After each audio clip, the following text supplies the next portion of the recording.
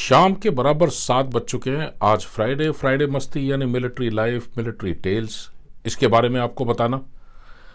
एक बार मैं आप सबका फिर से दिल से स्वागत करता हूं। सीरीज चल रही है आजकल मेरी मंचूका के बारे में। मंचूका यानी अरुणाचल प्रदेश। और ये एक ऐसी काल्पनिक जगह लगती है, शांग्रीला।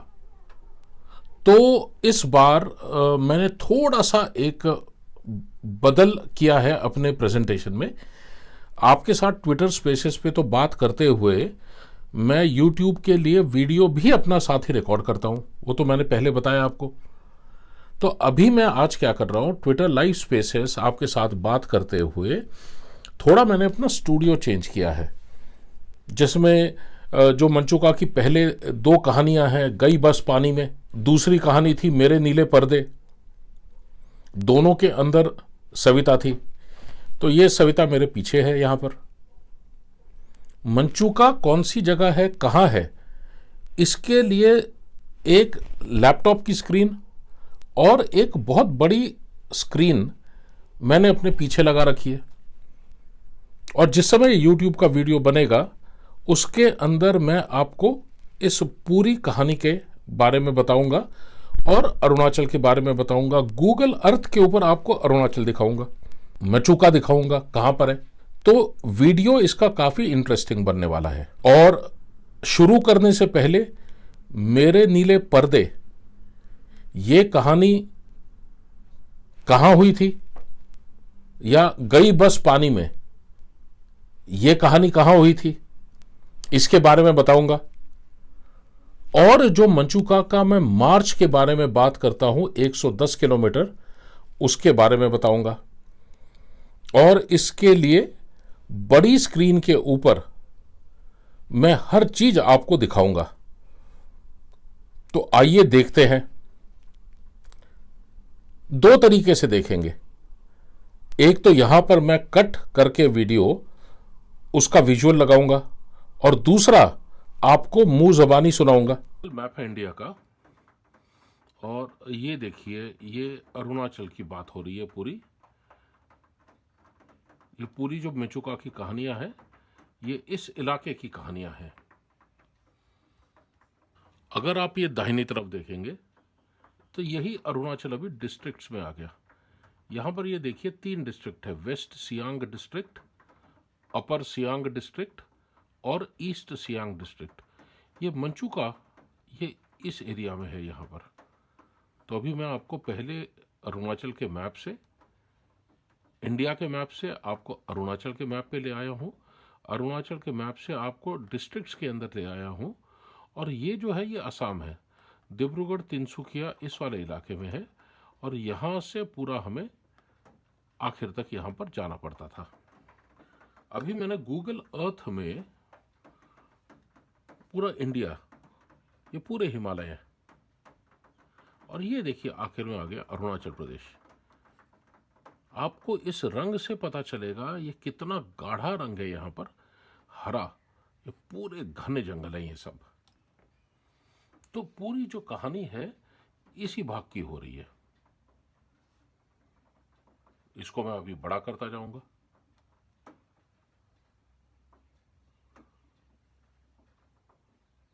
और बड़ा करूंगा अरुणाचल को।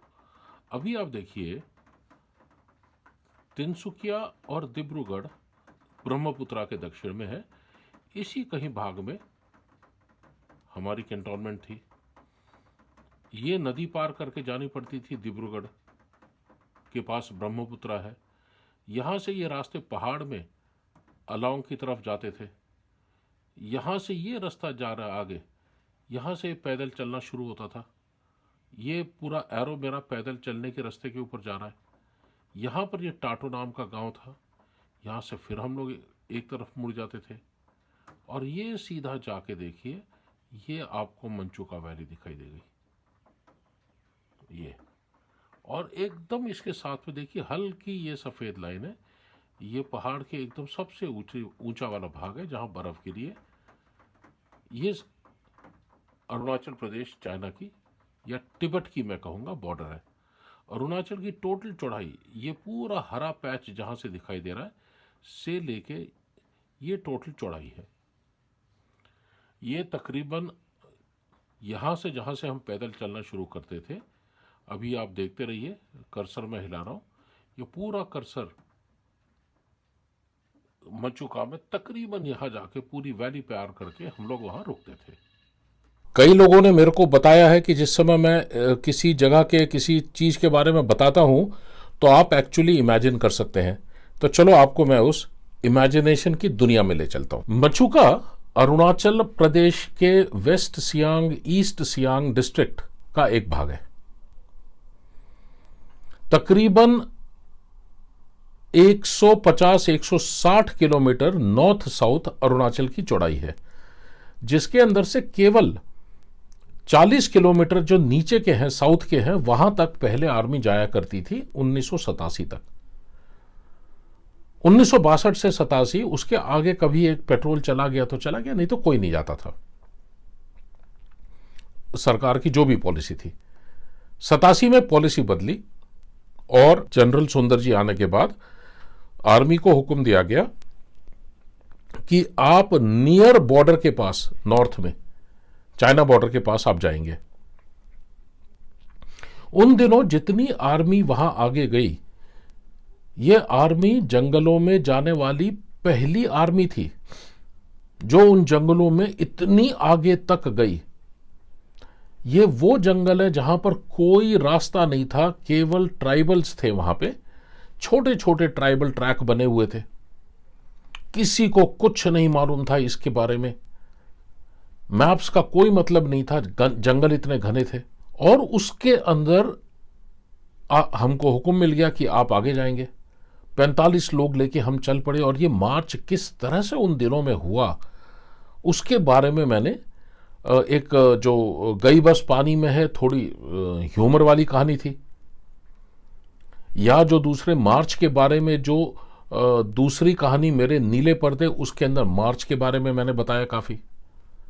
और ये दोनों कहानियां और इनके ऊपर कमेंट्स या ट्विटर के ऊपर या सोशल मीडिया के ऊपर जो आने शुरू हुए, और हर व्यक्ति केवल एक ही चीज़ बोल रहा था कि आप और ज़्यादा इसके बारे में बताइए, क्योंकि हम एक्चुअली सुनना चाहते हैं आपके मुंह से कि आप लोग गए कहाँ थे, आपने उसके बाद और डीपली उसके बारे में बताइए, क्योंकि बहुत इंटरेस्टिंग है। खैर इंटरेस्टिंग तो है, क्योंकि हम लोग पहले लोग थे जो उन डीप जंगलों के अंदर गए। 8-8 दिन हम लोग अपना खाना, अपना राशन लेके पैदल चलते थे। कितनी बुरी हालत हम लोगों की हुई है, किस तरह से हम लोगों ने अपनी लाइफ काटी है वहाँ पे, किस तरह से हम लोग पहुँचते थे, इसके बारे में मैंने ये 2 कहानियाँ लिखी। मजे की बात यह है कि ट्विटर के ऊपर ही चंद्रूज वेब करके एक हैंडल है, चंद्रशेखर नाम के वो साहब हैं चेन्नई के। तो 3 साल पहले मेरा और उनका जब ट्विटर के ऊपर बातचीत चलती थी, तब उनको मैंने कहा कि आप कभी मेरे यूनिट के लोगों को मिलना चाहोगे जो आज तो सेवानिवृत्त हो गए पर 1987 में मेरे साथ थे। उन्होंने इच्छा जाहिर की। हर साल हम लोग सारे सेवानिवृत्त लोग साउथ में मिलते थे, मेरे ट्रूप सारे साउथ के थे उस यूनिट में। तो वेल्लोर के पास काटपाड़ी नाम की जगह पे उस समय का एक बहुत बड़ा गैदरिंग डिसाइड हुआ कि सब लोग वहां पर आके मिलेंगे। सब लोग अपने परिवार के साथ आते थे। तो मैं दिल्ली से गया और चंद्रशेखर ने मेरे को चेन्नई में पिकअप किया और बाय रोड हम लोग वहां पर गए। और वहां पर उन्होंने वो जोश देखा, कुछ बूढ़े हो गए थे, कुछ क्या थे, पर सारे हम लोग सेवानिवृत्त लोग। और वहां पर जाके हम लोगों ने पूरा दिन निकाला, खाना खाया, उनके साथ में गले मिले सब लोग। बहुत ही अच्छा फंक्शन हुआ। ये वही लोग थे जो इस मार्च में मेरे साथ थे। हम लोग 30 साल के बाद मिले थे। आप सोचिए कितना प्यार होगा हम लोगों का आपस में कि 30 साल सेवानिवृत्ति के बाद भी आज भी हम लोग मिलते हैं। कोरोना ने हमको रोक दिया, नहीं तो हर साल तो हम मिलते ही हैं। उनमें से कई लोगों को मैंने ये लिंक भेजी है कि आप अगर 7 बजे आते हैं और ये लिंक के ऊपर टैप करते हैं तो आपको मंचुका की कहानी फिर से सुनने को मिलेगी। उनमें से कई लोगों ने मुझे मंचुका की कहानी के बारे में फिर से बताने के लिए कहा। चलिए शुरू करते हैं। आज एक ट्विटर के दोस्त ने मुझे कहा कि आप कहानी जब शुरू करते हैं तो आप, एक मिनट रुकिएगा, ट्विटर की कहानी जब आप शुरू करते हैं तो आप मनीष शर्मा की कहानी से क्यों नहीं शुरू करते आज फिर? सेकंड लेफ्टिनेंट मनीष शर्मा, मैं उस समय कैप्टन था, मेरी तकरीबन 5-6 साल की नौकरी थी। ये कमीशन लेके यूनिट में 1989 सितंबर के आसपास हमारे पास आया था और तुरंत आने के बाद हम लोगों को 1-1.5 महीने के बाद उस समय अरुणाचल की एक दूसरी लोकेशन में जाना था, मणिगांव। वहां पर ये मेरे साथ चल रहा था। उसके 1 साल पहले मैं मचुका पहले जा चुका था, उस पूरी मार्च में मेरे साथ था। और इसके बारे में कहानी मैंने पिछले बार बताई है थोड़ी, जो मचुका की एक और कहानी बताई थी मैंने, उसके अंदर मनीष शर्मा के बारे में बताया था। और फिर मैंने वो कहानी जरा सैड नोट से खत्म की थी कि अगले साल 1990 में मैं देवलाली चला गया और वहां पर एक दिन टीवी देखते हुए दोपहर को जो लोकसभा राज्यसभा के वो दूरदर्शन के ऊपर प्रोग्राम आता था, तो लोकसभा का एक लाइव प्रोग्राम चल रहा था जिसके अंदर लोकसभा में किसी ने सवाल उठाया कि सेकंड लेफ्टिनेंट मनीष शर्मा का आज तक पता नहीं है, तो सरकार उसके बारे में क्या कर रही है। जैसा ऐसा शौक मेरे को लगा नहीं होगा। 21-22 साल का लड़का, सेकंड लेफ्टिनेंट, जिसने इतने क्लोज वक्त मेरे साथ निकाला था। और तब जाके, वो तो चिट्ठियों के दिन थे, चिट्ठियां लिख के यूनिट में इधर से वगैरह पता किया। उसकी बहन आर्मी में थी, उसके हस्बैंड को किसी तरह से कांटेक्ट किया।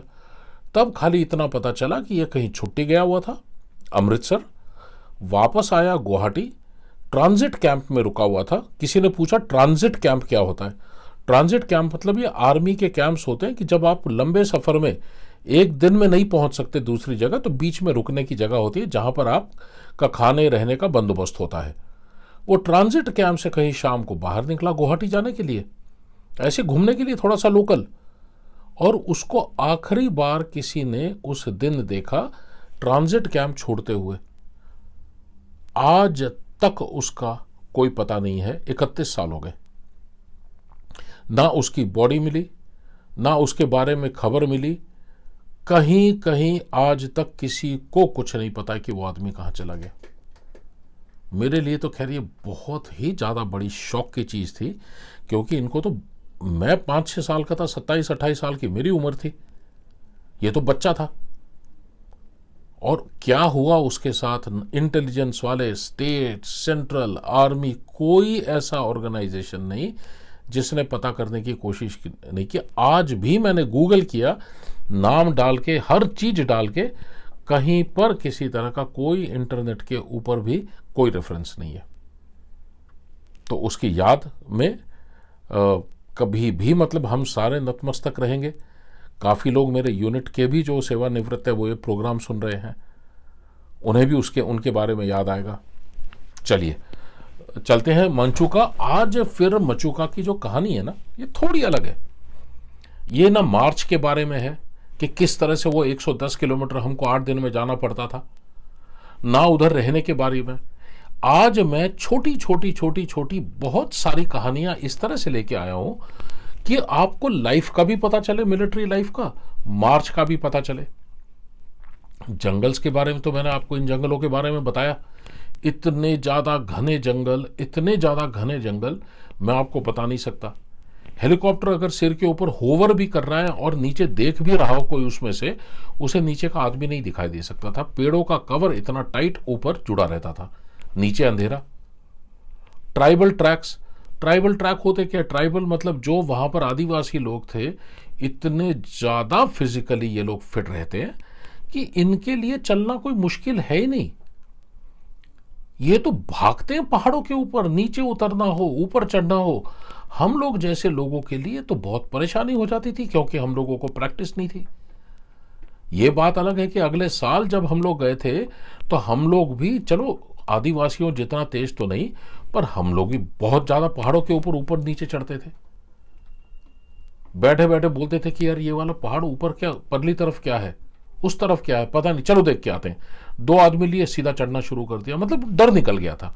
पर पहली बार जब हम गए थे वहां पर, तो डर, एक तरह का आतंक कि कहाँ जा रहे हैं, जंगलों में जा रहे हैं, जानवर है नहीं है, रास्ता पता नहीं है, गुम गया कोई, चोट लग गई किसी को, गिर गया कोई, कम्युनिकेशन नहीं है, हेलीपैड नहीं है, क्या करेंगे हम। तो ऐसे ये जंगल थे सारे। और 8 दिन रोज हम लोग तकरीबन 5 बजे पैदल चलना शुरू करते थे, 1, 1:30, 2 बजे जाके खत्म करते थे, भूखे प्यासे, बुरी तरह से पैरों में छाले पड़े हुए, खंदे के ऊपर से पट्टा जहां जाता था वहां पूरी खाल निकली हुई, खून निकल रहा उसमें से। और मतलब आपको बता नहीं सकता मैं। दूसरे साल हम लोग बहुत स्मार्ट हो गए थे। हालत तो उतनी ही खराब होती थी, पर पहले बार से हम लोग मार खा चुके थे, तो हम लोग तैयार भी बड़े अच्छे हो गए थे। तो इस तरह से ये जंगलों के अंदर हम जाते थे। अभी छोटी छोटी चीजें बताता हूं। ये इन जंगलों के अंदर जाना, और ये पूरे हिमालय पर्वत, बड़ी पर्वत श्रृंखला से जैसे उंगलियां निकलती हैं, इस तरह से पहाड़ नीचे नदी तक जाते थे। एक को चढ़ो, फिर पूरा नीचे उतरो, फिर ऊपर चढ़ो, फिर नीचे उतरो। ये उंगलियां पार करते करते आदमी 8-8 घंटे यही करता रहता था। जब हम लोग सबसे नीचे पहुंचते थे, तो अमूमन वहां पर एक नदी रहती थी, झरना, मतलब जो एक स्ट्रीम बोलते हैं जिसको, पहाड़ी, कभी चौड़ी होती थी कभी कम। अभी वो पार करने के लिए अरुणाचल सरकार ने आदिवासियों की मदद लेके वहां पर ब्रिज बना रखे थे। अभी इस तरह के जो ब्रिज, आजकल आप चले जाइए किसी एक कैंप में चले जाइए, गुड़गांव में चले जाइए, दिल्ली में चले जाइए, रस्सी के ब्रिज बना रखे हैं। आप भरपूर पैसे देते हैं, वहां पर जाके एक ब्रिज के ऊपर चलते हैं 20-25 मीटर, और वो रस्सी हिलती रहती है, और आप खुशी से दूसरी तरफ आ जाते हैं। पीछे आपके जिप लाइन, वो एक सेफ्टी लाइन लगी रहती है। या आर्मी में कोई चला गया तो कमांडो कोर्स करने के लिए चला गया, तो वहां पर उसने वो जंगल का ट्रेनिंग कर लिया। या हम लोग जब एकेडमी में होते तब हमने एक रस्सी के जंगल ब्रिज के ऊपर पार कर लिया। पहले बार जब हमने इस तरह का ब्रिज देखा, नहीं, मैंने कहा ये हो नहीं सकता है, ये मजाक कर रहा है कोई हमारे साथ। घने जंगल में, अंधेरे में, ऊपर से नीचे उतरते उतरते हम कितना नदी के पास पहुंच गए। हमको नदी, यानी जो झरने चौड़े, और जो पानी जो बहता रहता है पूरा, ये छोटी स्ट्रीम्स हैं जो, वो कितनी पास आ गई है हमको आवाज से पता चलता था। सबसे ऊपर रहते थे, हल्की सी आवाज आती थी, कंटिन्यूअसली नीचे नीचे नीचे नीचे उतरते जा रहे हैं बस। और पानी की आवाज जोर जोर जोर जोर से होने लगती है, क्योंकि पहाड़ी नाले हैं सारे। और तभी एक जगह जाके वो आके खत्म होता था। और पहले दिन जब वो रस्सी का ब्रिज दिखाई दिया, मैं आपको बता रहा हूं, हम लोग स्तब्ध रह गए, देखते रह गए। यार, ट्रेनिंग में तो बात अलग है, ये तो सामने ब्रिज दिख रहा है। 2 रस्सियां ऊपर लेफ्ट और राइट पकड़ने के लिए, नीचे एक रस्सी पैर रख के चलने के लिए, और ये रस्सी लेफ्ट की तरफ, राइट की तरफ मोटे मोटे रस्सियों से ऐसे खाली घिरी हुई। इसके गैप इतनी बड़ी कि गाय गिर जाए उसके अंदर से। तो तरीका केवल एक था, आप रस्सी के ऊपर पैर रखें, दोनों हाथ अपने फ्री करें, हथियार पीठ पे लटकाएं, 18 किलो का सामान आपके ऊपर है, और आप दोनों हाथों से पकड़े, नीचे देखें, और अगला पैर रखने के लिए चक्कर आता था, क्योंकि उसके 50 मीटर नीचे खतरनाक पानी बह रहा है। आवाज पानी की इतनी ज्यादा जैसे कि आदमी बहरा हो जाए, किसी की आवाज नहीं आई हमारे पास। पीछे अगर आदमी कोई आपके चिल्ला रहा है तो आपको आवाज नहीं आती है। एक साथ खाली एक आदमी जाएगा, दूसरा आदमी जाते ही रस्सा इतना हिलता था कि पहला वाला आदमी डर के मारे चिल्लाता था। आप न दोनों हाथ छोड़ सकते हैं, न दोनों पैर छोड़ सकते हैं। ट्रेनिंग की बात अलग थी, वहां सभी लोग करते थे। 10 मीटर नीचे जमीन दिखती थी, लगता था गिर गए तो हड्डी टूट जाएगी और क्या होगा। वहां तो कूद कूद के करते थे। ये रियल लाइफ का ब्रिज आ गया। और किसी तरह से पहले इसके अंदर एक एक इंडिविजुअल का टेस्ट हो रहा है। अगर कोई डर गया तो हम करें क्या उसका? उस तरफ तो रह नहीं सकता, वापस जा नहीं सकता, हर आदमी ने आना ही आना है। हर आदमी अपनी वो जिद पकड़ के, हिम्मत जुटा के ब्रिज में हिलते हुए, कभी बाईं तरफ पूरा बदन जा रहा है, दाहिनी तरफ जा रहा है, लटके हुए वहां पर। और किस तरह से हम लोगों की सांस रोकी, किसी तरह से पहले एक ने पार किया, दूसरे ने पार किया, तीसरे ने पार किया, 45 लोग पार होने तक। आप सोचिए, मैं सीनियर मोस्ट वहां पर, मैं ऑफिसर उसके अंदर अकेला। आप सोचिए मेरे ऊपर क्या गुजर रही होगी कि इनमें से एक भी आदमी गिरा, सीधा नीचे पानी में गिरेगा। और उसके अंदर इन्हीं दिनों के अंदर जब ब्रिज और लगा एक खत्म हो गया, जैसे ही पहाड़ चढ़ के दूसरे पे गए, वो पहाड़ी जो नदी थी जो कम चौड़ी थी, चलो पत्थरों के ऊपर पार करके चले गए। कभी तीसरे में चले गए तो बरगद जैसे जो बड़े बड़े पेड़ होते हैं, इस तरह के कोई पेड़ थे, आदिवासी लोग उसकी खुद ही पेड़ों की श्रृंखलाओं से पूरा का पूरा ब्रिज बना के रखते थे। इसमें रस्सी भी नहीं है, केवल लकड़ी, और वो लचीली लकड़ी। अब आप उसके अंदर से जा रहे हैं, और हर बार का डर यही, नीचे देखें तो जान सूखती थी, क्योंकि पानी नीचे बह रहा है और आपको दाहिने दूर आपको नदी दिखाई देती थी बड़ी, जिसमें जाके मिल रही है। जो गिरा यहां से, इस पानी से अगर नहीं बच सका तो मेन नदी में जाएगा, उसके बाद तो उसको पता ही नहीं चलेगा। ये नदी कहीं ना कहीं जाके ब्रह्मपुत्र में मिल जाएगी। ऐसे ब्रिजेस तो एक दो, उसके बाद हम लोगों को थोड़े 1 या 2 दिन के अंदर पता चला कि ये हमारी लाइफ है। हर बार नीचे उतरना शुरू करो तो दिमाग में यही रहता था कि अब कैसा ब्रिज आएगा। और जहां पर यह ब्रिज हम लोगों ने इस तरह से देखने पार करना, बाद में तो कॉन्फिडेंस इतना बढ़ गया था, आराम से जैसे ही ब्रिज आ गया, 2-2 लोग, 3-3 लोग एक साथ निकलते थे, सिंक्रोनाइज करते थे, और सारे एकदम मजे में, एकदम नाचते कूदते हुए हम लोग पार करते थे। पर आप देखिए, फौजी है, सब कुछ है, पर आखिर है तो ह्यूमन बीइंग, आदमी।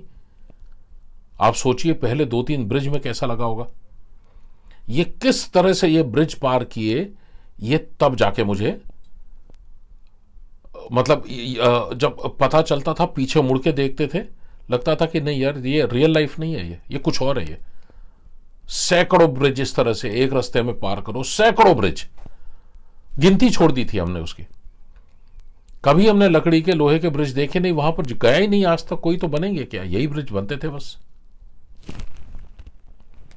अच्छा, ये ब्रिजेस हो गए। इसके अंदर एक दिन हमने एक्सीडेंट देखा, एक हमारे एक बंदे का पैर फिसल गया, किसी तरह से उसने रस्सी पकड़ के रखी, बैलेंस चला गया, और उसकी राइफल जो पीछे थी वो रस्सियों में अटक गई। उस राइफल ने उसको पूरा रोक के रखा हुआ। अभी आप सोचिए, नीचे नदी, पानी बह रहा है, पत्थर पूरे, गिर गया तो आदमी का कुछ बचेगा नहीं। ये एक रस्सी के ऊपर ये आदमी लटका हुआ, बीच में राइफल ने इसको बचा के रखा, और 2 पैर इसने पकड़ के रखे हुए, 2 हाथ से रस्सी पकड़ के रखी हुई। ये क्या हुआ उसके बाद, कैसे उसे बचाया गया, कैसे वो बाहर आया, ये एक अलग कहानी है। अभी जब गए थे हम लोग काटपाड़ी, मुलाकात भी हुई उसकी, यही पूछा, याद है? कौन भूलता है ऐसी चीजें, मैं नहीं भूला आज तक। इन्हीं रास्तों में चलते हुए, इतने पतले छोटे छोटे रास्ते हैं ये, क्योंकि ट्राइबल भी अगर जाते हैं तो कितने आदिवासी लोग कितने बार जाते हैं दिन में, कोई ऐसा बाजार तो है नहीं कि चल रहे, एक रास्ता है, एक रफ अलाइनमेंट है, उसमें अंदर कई बार हम लोग ऐसे ऊपर निकल जाते थे, तब पता चलता था कि नहीं ये तो गलत है, वो तो मेन ट्रैक तो नीचे है, फिर कहीं बाएं निकल गए, दाएं निकल गए, छोटे छोटे ट्रैक, पता ही नहीं चलता था। और उसके अंदर एक दिन हमें एक बहुत ही बूढ़ा ट्राइबल एक दिखाई दिया, छोटा सा, मतलब इतना छोटा कद होगा उसका, बाल उसके बहुत कम, सफेद, थोड़ी सी दाढ़ी निकली हुई, और कुछ नहीं, एक उसने छोटा सा एक रस्सी जैसा कुछ कमर में बांध रखा, ये कोई बेल वगैरह ही होगी, और कोई हल्का सा पत्ता, चमड़ा वगैरह कुछ उसने सामने अपने गुप्तांग छुपाने के लिए थोड़ा सा नीचे ऐसे लटका के रखा हुआ। हाथ में उसके बंबू की बनी हुई एक टोकरी पीछे, और सिर के ऊपर वो टिपिकल एक आदि टाइप की टोपी, और कुछ छोटी मोटी रस्सियां लेके उस ऐसे ही उसको रोका। बात कर रहे हैं हम लोग उसके साथ, वो भी नहीं बात समझ रहा, पर हम लोग बैठ गए, एक उसको सिगरेट पकड़ा दी, ऐसे ऐसे कम्युनिकेट करने की कोशिश करने लग गए। तो उसको पूछा टोकरी के अंदर क्या है, उसने जब उल्टी की टोकरी, तो टोकरी के अंदर चिड़िया चिड़िया, छोटी छोटी छोटी छोटी छोटी चिड़िया। फिर वो अपने फंदे कहाँ पर लगा रखे, ये छोटे छोटे रास्ते जो निकल जाते थे ये इनके थे, इनको सब पता था चिड़िया कहाँ आके बैठती हैं कहाँ नहीं। इतने छोटे छोटे छोटे छोटे फंदे लगा के रखते थे। सवेरे जाते हुए फंदे लगाते हुए चले जाना जहां तक जाना है, और वहां से जब एक बार वापसी शुरू करनी, एक एक जो फंदा लगा के रखा हुआ है उसको चेक करते हुए जाना, उसमें से चिड़िया ये वो छोटे छोटे पक्षी वगैरह मिले उनको डालते जाना। काफी मजेदार लगा ये। कई बार चले जाओ तो एक बंबू कटा हुआ रास्ते के बगल में दिखता था, पेड़ों के अंदर फंसा हुआ। फिर वो जहां खत्म होता था एक दूसरा बंबू आधा कटा हुआ उसके नीचे, और वो आधा कटा हुआ कहीं और जा रहा। शुरू में तो समझ ही नहीं आता था कि लंबे लंबे लंबे बंबू बीच में से फाड़ के रखे हैं, ये है क्या। पता चलता था पानी का पाइपलाइन बना रखी है, पूरा ट्रांसपोर्टेशन चल रहा है पानी का। ऊपर कहीं से एक छोटे से झरने से के नीचे वो बाम्बू का लगा दिया, बीच का उसका पूरा साफ करके उसकी नाली बना दी। वो अगले बाम्बू में करता था, अगले, इस तरह से करते करते नीचे जहां पर कहीं गांव है घर है वहां पर जाके उनको पानी सप्लाई चल रहा है। ये चीज आपको सुन के अजीब लग रहा होगा, आप सोचिए हम लोग देखते थे सामने, हमें समझ ही नहीं आता था क्या है, और जब पता चलना शुरू हुआ तब बड़ा मजा आया। फिर इसी तरह से जब चलते हुए एक और रास्ता जिसके बारे में मैं बताऊंगा, क्योंकि ये चीजें ऐसी हैं, ये इतनी ज्यादा हमारी जहन में, मेमोरी में इतनी ज्यादा दबी हुई है और घुसी हुई है अंदर, ये निकलती नहीं है बाहर। आज भी कभी कभी ऐसे रात को उस वो रास्ता जब याद आता है, ऐसे लगता है कि मेरा दाहिना पैर फिसल गया, और ऐसा लगता है कि ऐसा खुले में बॉडी नीचे गिरती जा रही है, और कहीं जाके एकदम बहुत जोर से टकरा के डेथ हो गई मेरी। एक पर्टिकुलर वहां पर पहाड़ था जिसके अंदर ये ट्राइबल्स ने अपना रास्ता बनाया था, और उसका जो फेस था एकदम पत्थर की दीवार की तरह सीधा फेस, कोई उसके ऊपर पेड़ नहीं, एकदम बड़ी सी चट्टान हो जैसे, तकरीबन आधी किलोमीटर चौड़ी। यहां पर जंगल खत्म हुआ, यह आधी किलोमीटर की चट्टान, और आगे फिर जंगल शुरू। अभी वहां पहुंचने के बाद हम लोग ऊपर नीचे देखने लग गए कि रास्ता कहां पर है जाने का इधर। तो ध्यान गया कि वो चट्टान के अंदर किसी ने रास्ता बना रखा है काट के थोड़ा थोड़ा, और वहां पर कोई कुदाले वगैरह तो है नहीं। इन्होंने अपने छोटे छोटे छोटे रास्ते, पैर रखने की जगह होनी चाहिए। हमारे पास हथियार, हमारे पास 18-18 किलो का पिट्ठू, थके हुए, प्रैक्टिस हम लोगों को नहीं, पहाड़ों में चलना कैसा हमें पता नहीं, हम बस किसी तरह से दूसरी जगह पहुंचने की कोशिश कर रहे थे। चट्टान आ गई, इस चट्टान में पहला पैर रखा, दूसरा रखा, ऐसे पांव कांपे, ऐसा बदन कांपे, और उसके ऊपर चलते चलते, जब तक तो प्लेन था ठीक है, बीच में आते ही एक जगह देखा कि 1 फीट खाली नीचे उतरना है, एक पैर रखना है, पकड़ने के लिए कुछ भी नहीं। नीचे देखना जरूरी है क्योंकि आपको पैर रखना है, और उसके नीचे अगर ध्यान जाएगा तो 200-300 फीट के लिए कुछ भी नहीं है, वो चट्टानी है।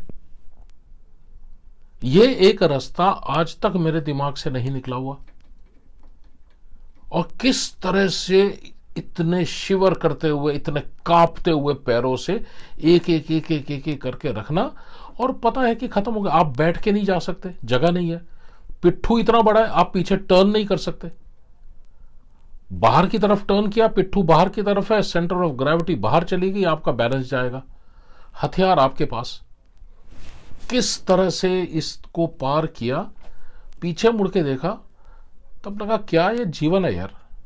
मतलब आदमी सोचता रह जाता है कि आपका परिवार है, आपकी पत्नी है, आपका माता पिताजी है, किसी को पता भी होगा ये क्या कहाँ जा रहे हैं ये लोग।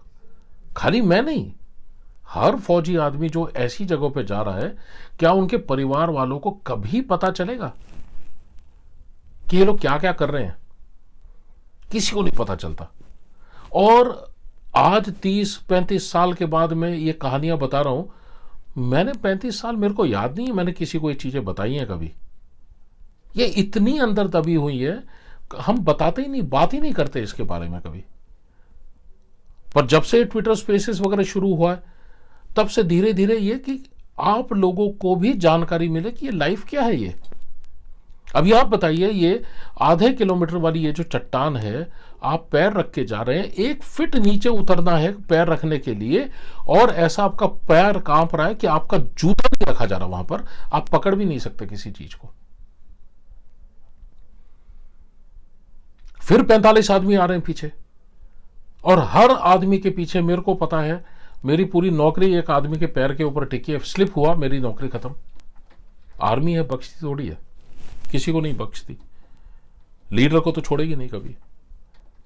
और होना भी ऐसी चाहिए, मैं तो पूरा मानता हूं, और इसमें कोई गलत भी नहीं है।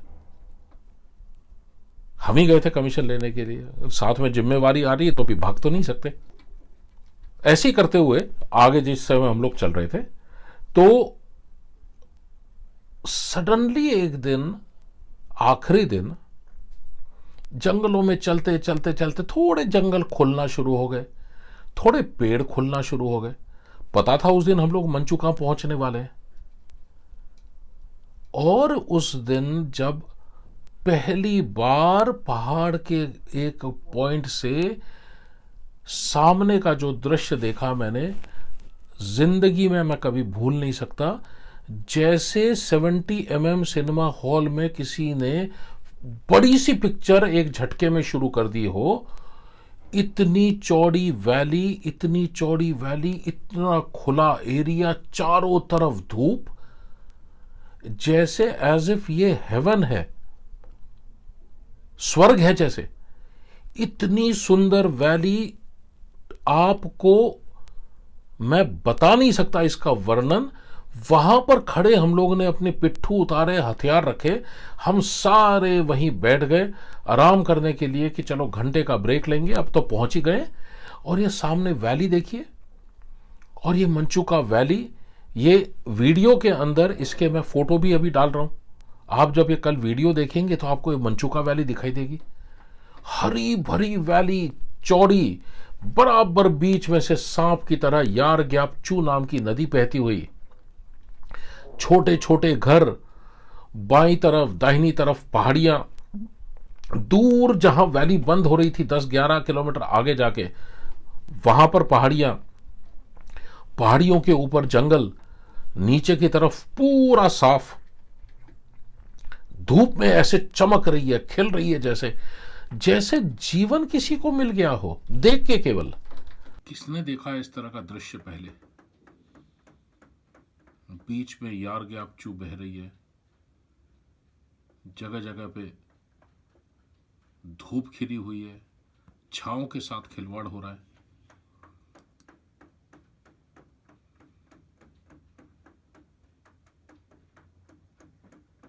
पीछे देखिए पहाड़ों के ऊपर बर्फ किस तरह से फैली हुई है। वही वैली, अलग अलग वक्त, साल के अलग अलग समय, किस तरह से सुंदर।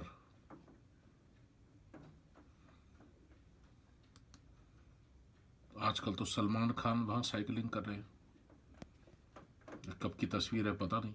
देख रहे हैं आप? ये आदमी देखता रह जाता है ये सुंदरता को। अभी ये लोहे का ब्रिज दिखाई दे रहा है, ये देखिए। पीछे के पहाड़ थे, उनके ऊपर हम चढ़ने चले जाते थे। घर कितने ज्यादा बस गए देखिए। ये भी वहीं का एक दृश्य है। इस साल के अलग अलग वक्त का सारे दृश्य आपको दिखा रहा हूं। ये ऐसे लगता है कि जैसे भगवान अपने वक्त में बैठे थे, पेंटिंग लेके, कलर लेके, ब्रश लेके, कि इसको बनाता हूं मैं बैठ के। ये आजकल की सारी तस्वीरें हैं। कभी आप ये जिंदगी में कभी आपके दिमाग से तस्वीरें जा सकती हैं अगर आप रहे हैं इनमें तो।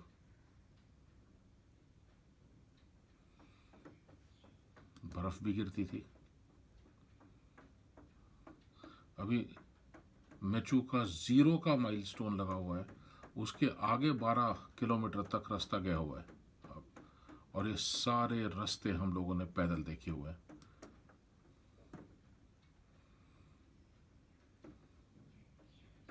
पिछले 8 दिन हम कैसे चल रहे थे, कैसे जंगलों में जा रहे थे, ये सब भूल के हम लोग इस तरह से उस तरफ देखते रहे जैसे जैसे पता नहीं ये भगवान ने क्या बना दिया।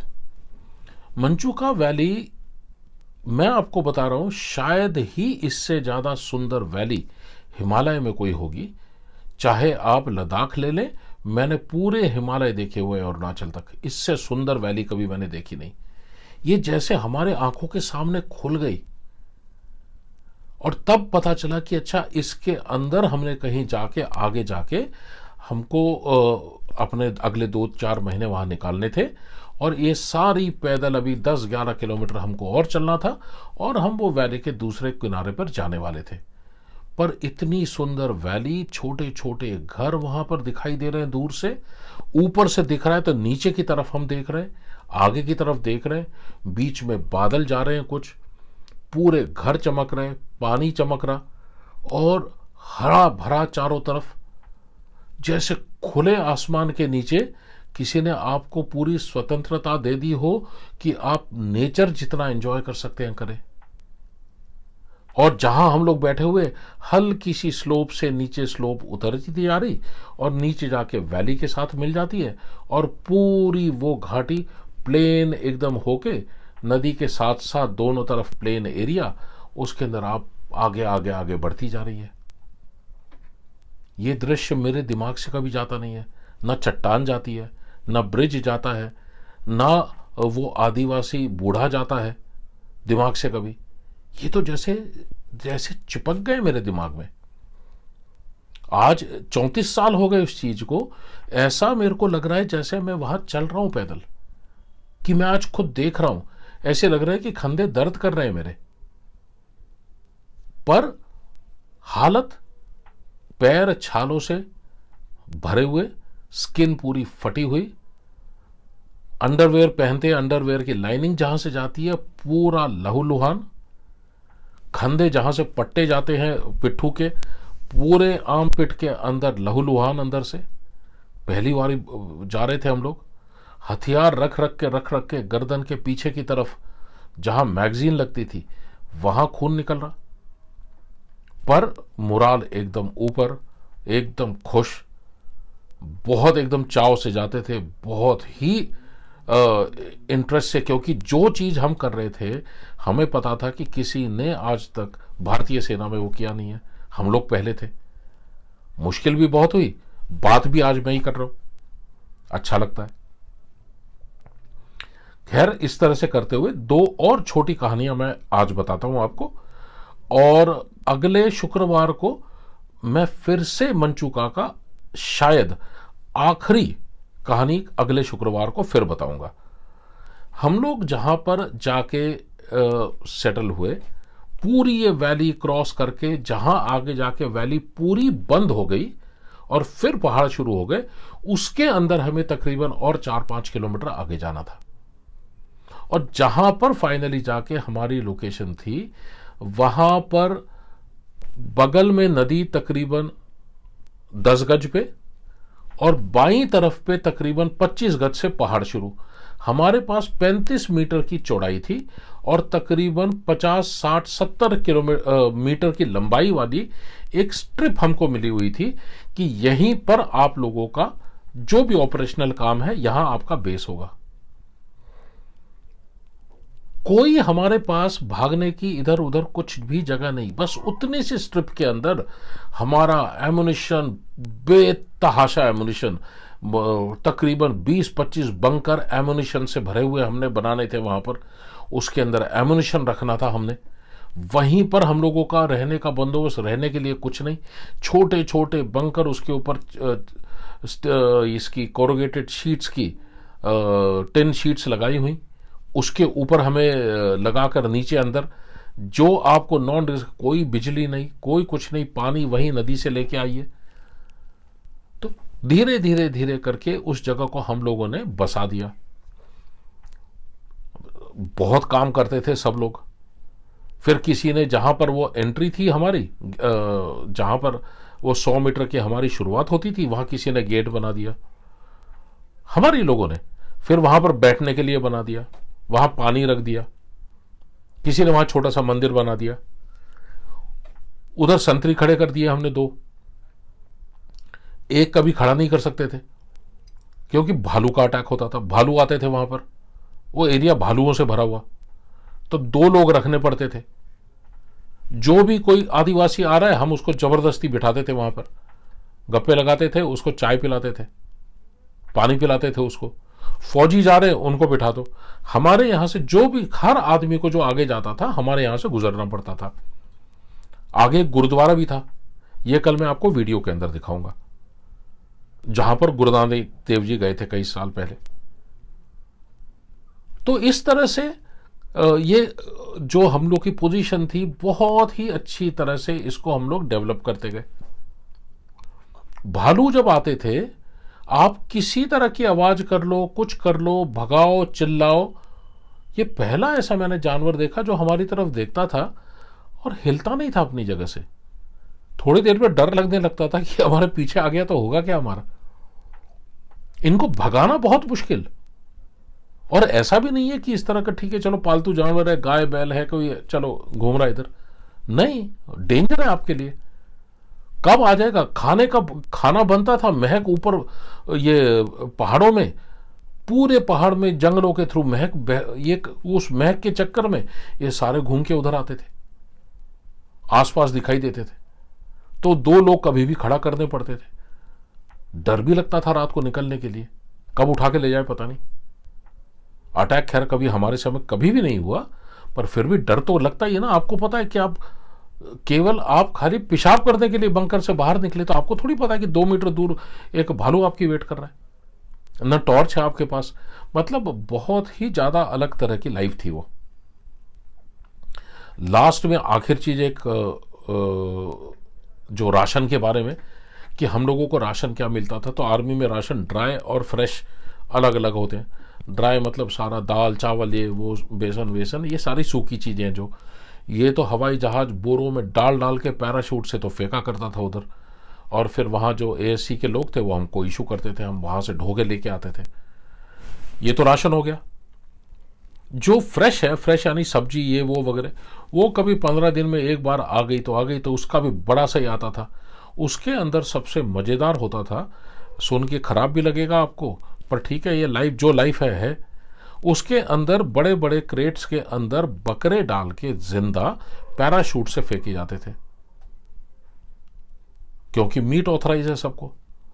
और वहां पर आने के बाद आपको जिंदा बकरा इशू होता था कि ये आपका है, आप लेके आइए।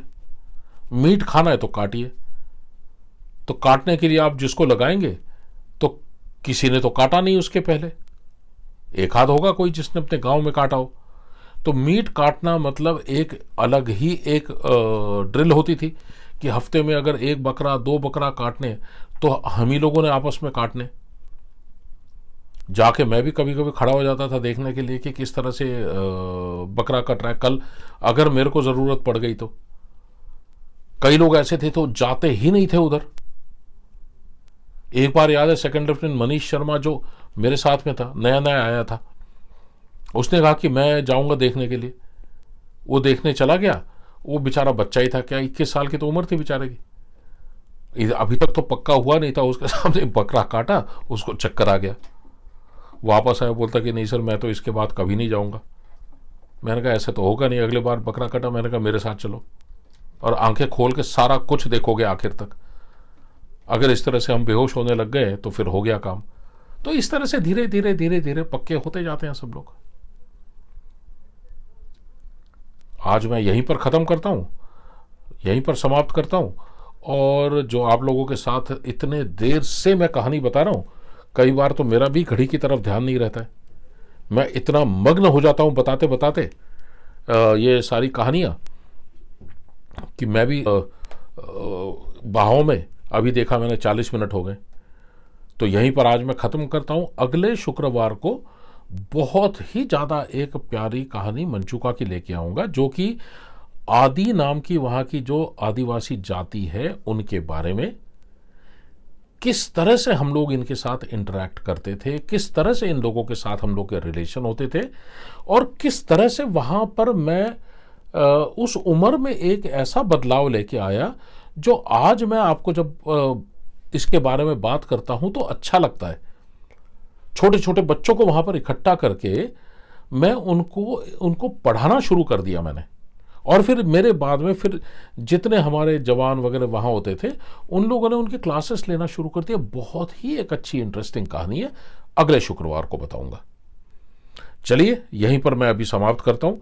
अगर कोई भी आप में से कुछ भी अगर बताना चाहता है, कोई है अगर कोई सेवानिवृत्त कोई फौजी जो भी सुन रहा है, जो वहाँ जाके आया है, या कोई भी चीज़ जो शेयर करना चाहता है, तो प्लीज़ रिक्वेस्ट दबाइए। मेरी तरफ से आज मेरी कहानी, फ्राइडे मस्ती की कहानी ख़त्म है। ये ट्विटर स्पेस, ये लाइव ऑडियंस, और मैं आपके साथ बात कर रहा हूँ। एक रिक्वेस्ट मेरे को दिखाई दे रही है, मेजर योगेश धैया। मेजर योगेश धैया, आपका स्पीकर माइक्रोफोन म्यूट के ऊपर है। Yes sir, muted. हाँ, आप कुछ कहना चाहते हैं? सर मैंने लेट ज्वाइन किया, but as you narrating it मेरे को भी ये लग रहा था कि ये चीजें सब मेरी आंखों के आगे हो रही है। Just wanted to say sir, beautiful picturisation. Oh, so nice of you. मेरे को अच्छा लगता है जब कोई इस तरह से कॉम्प्लीमेंट देता है, क्योंकि मैं कोशिश यही करता हूं कि मैं अगर बात कर रहा हूं तो आपको ऐसा लगे कि आप टीवी देख रहे हैं। Thank you so much. हाँ, और ये भालू वाला मेरे साथ भी हुआ सर। ओह, तो हाँ, एक्सपीरियंस वही होगा, भागता नहीं है वो, है ना? मैं भागा सर। Nice nice nice. एक और रिक्वेस्ट है मेरे पास, अब्रदीप। अब्रदीप, आप बात करना चाहेंगे? Yes sir, good evening sir. Good evening Abradeep, बोलिए। सर मेरा एक सवाल था कि आपने शुरुआत में कुछ पहाड़ों के मतलब डिस्क्रिप्शन दिए लाइक एज फिंगर्स, तो मेरा सवाल था कि जैसे लद्दाख में 8 फिंगर्स पहाड़ों के जैसे नाम दिए गए हैं, क्या ये उसी वजह से है?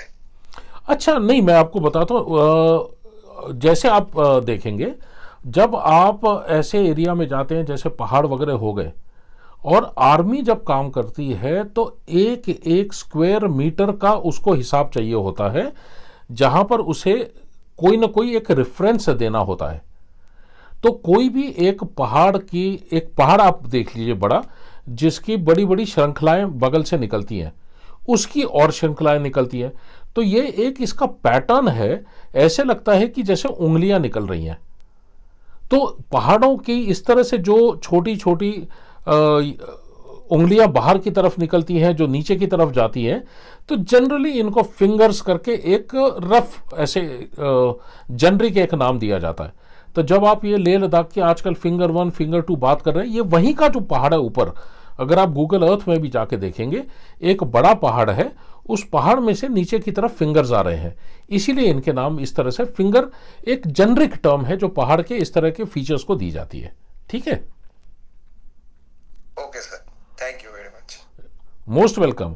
और कोई आप में से कोई कुछ भी बात करना चाहे, बताना चाहे, I will be very very happy.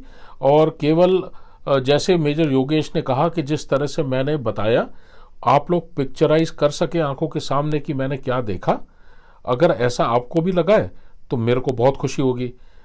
YouTube के ऊपर जब ये वीडियो आएगा तो ये मंचूका का गूगल अर्थ के अंदर मैं वीडियो बना के इसी कहानी के अंदर उसको पिरोने वाला हूँ। तो मंचूका का जिस समय मैंने वर्णन किया है कि ये वैली किस तरह से दिखी, आपको मैंने क्या देखा, ये फोटो मेरे को कई गूगल में मिले हुए हैं, वो गूगल के फोटो में डालूंगा कि मैंने अपनी आंखों से क्या देखा, वो आप देखेंगे वहां पर। और है कोई जो बात करना चाहता है? नहीं तो फिर मेरी तरफ से तो मैं सबको एक हाय दे रहा हूं, आपका इंटरेस्ट के लिए आपको धन्यवाद दे रहा हूं। अभी आप देखिए, ये अगर 150 किलोमीटर है तो आप इधर 200 किलोमीटर, इधर 200 किलोमीटर आप ले लीजिए, पूरा ये बहुत घना जंगल, इसको मैं और एनलार्ज करना शुरू करूं। ये एक दूसरी वैली है जो मणिगांव नाम की बात करता हूं मैं। ये टाटो नाम की जगह है जहां से या तो आप इस तरफ आए या आप इस तरफ आए। एक यहाँ की मैंने कहानी बताई थी जिस समय मेरे को यहाँ पर 104 तक बुखार आ गया था, तो इस वाली वैली में हम लोग यहाँ पर आगे जाते थे। और ये बस LAC यहाँ पर, और ये मेंचुका। अभी पूरी कहानी जो आज की मैंने बताई, हम यहाँ पर कहीं पहाड़ों से निकल के, इन जंगलों से निकल के यहाँ पर पहली कहीं इसी इलाके में कहीं शायद बैठे होंगे कि जहाँ पर ये पूरी वैली हमें इतनी सुंदर दिखाई दी। ये यहाँ पर कहीं हम लोग, फिर इस इलाके में कहीं हम लोग रहते थे। और ये वो नदी है जो बह रही है, और ये देखिए वो जो पत्थर साहब इस नाम का गुरुद्वारा है यहाँ पर, जहाँ पर गुरु नानक देव जी आए थे। और ये जो मोनास्ट्री है इसको गोम्पा हिल बोला जाता है। इसके ऊपर एक मोनास्ट्री है, उसके अंदर तस्वीर बनी हुई है, पता नहीं किसके ऊपर, चमड़े के ऊपर है, पत्थर के ऊपर है, पर 400 साल पुरानी, वो इसके अंदर बनी हुई है। और बस आप देखिए, बस आगे बस LC आप, तो यहां पर इतना आगे उन दिनों में। अब एक आपको एक कल किसी की क्लिप आई एक मेरे को, जिनका बताया मैंने कि ये इतने सालों से मेरे साथ, जिन लोगों के साथ आज भी मैं जुड़ा हुआ हूँ, तो उनमें से कल एक ने एक वॉइस क्लिप भेजी। तो वो वॉइस क्लिप मैं जरा आपको यहाँ पर अभी सुनाता हूँ। जैन साहब, मैं अवतार बालासुंदरम बोल रहा हूँ। आपका पूरा लाइव का कहानी मैंने पूरा सुना साहब, बहुत अच्छा लगा। जैसे कि आप जैसे बोला उसी मुताबिक 30-35 साल पीछे जाकर हम लोग भी आपके साथ ऐसे मंचिका में घूम रहे, वो दिन पूरा याद आ गया। बहुत अच्छा लगा सब मेरे को। उसी इसका आपका लाइव के दौरान बात करना था, लेकिन मुझे मेरा जो सिस्टम है इसमें ठीक नहीं आया, इसलिए मैं अभी अलग से आपसे बात कर रहा हूँ। नमस्कार सर, जय हिंद सर। और उसी तरह एक और सेबेस्टियन नाम का मेरा साथी, उन्हीं दिनों का, जो मंचुका और मणिगांव भी मेरे साथ गया था, उसने भी एक वॉइस नोट मेरे को भेजा। ये भी बहुत इंटरेस्टिंग है, सुनिए। सब जी नमस्कार। आपका जो स्पीच पूरा सुना है, बहुत बढ़िया है।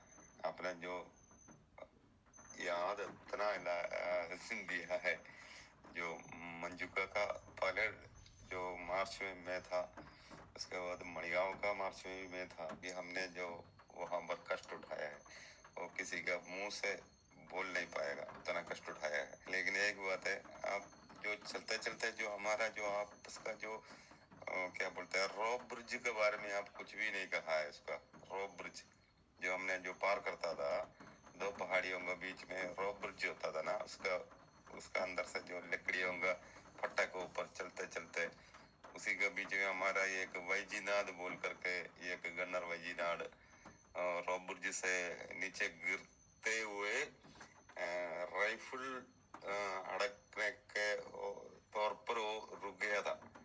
वैजीनाथ मोटा तगड़ा सा था, एक वैजीनाथ है, गन्नर वैजीनाथ। तो बाद में वो ऐसा रोते हुए बड़ा मुश्किल हो गया, रस्सी बांध करके उसको लास्ट में कमर में रस्सी बांध कर खींच करके लेकर गया था मनीष शर्मा साहब का। मनीष शर्मा साहब अभी भी दुख में है दिल में। मनीष शर्मा साहब का याद आप लेकर आ गया, पता नहीं कहाँ गया है।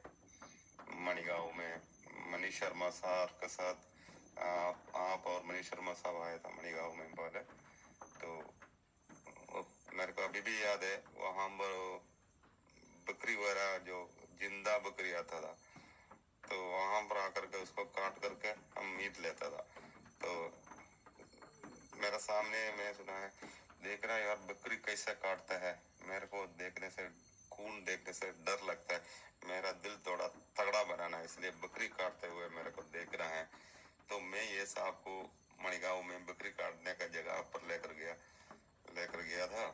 तो देखते हुए उसको पता नहीं चक्कर जैसे आ गया। इतना शरीफ आदमी था वो, तगड़ा बनने के लिए कोशिश किया था, अच्छा ऑफिसर था, पता नहीं नाम ओके सर, आपने जरूर क्या बोलते हैं ऐसा कहानी और डालना है, बहुत बढ़िया है। Thank you sir. सेबेस्टियन ने इतना अच्छे ये मैसेजेस देते हैं।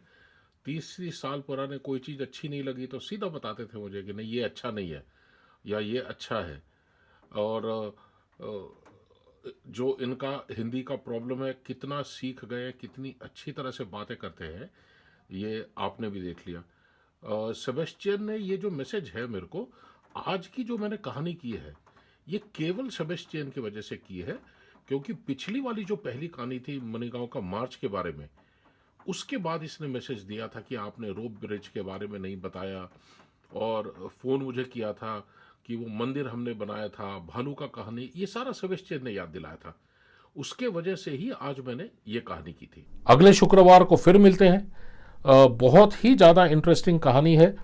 किस तरह से पनामा सिगरेट मैं पिया करता था और उस सिगरेट ने किस तरह से एजुकेशन उस ट्राइब के अंदर फैलाया, उसके बारे में बात करेंगे। Thank you so much. अगर आपको अच्छा लगा हो तो आप भी अपने इमोजीज दबाइए तो मैं भी देखूं जरा। Thank you so much. जय हिंद। तो मैं संजय पांडे आपकी विदा लेता हूं। अभी अगले शुक्रवार को फिर मिलूंगा बहुत ही ज्यादा इंटरेस्टिंग कहानी लेके।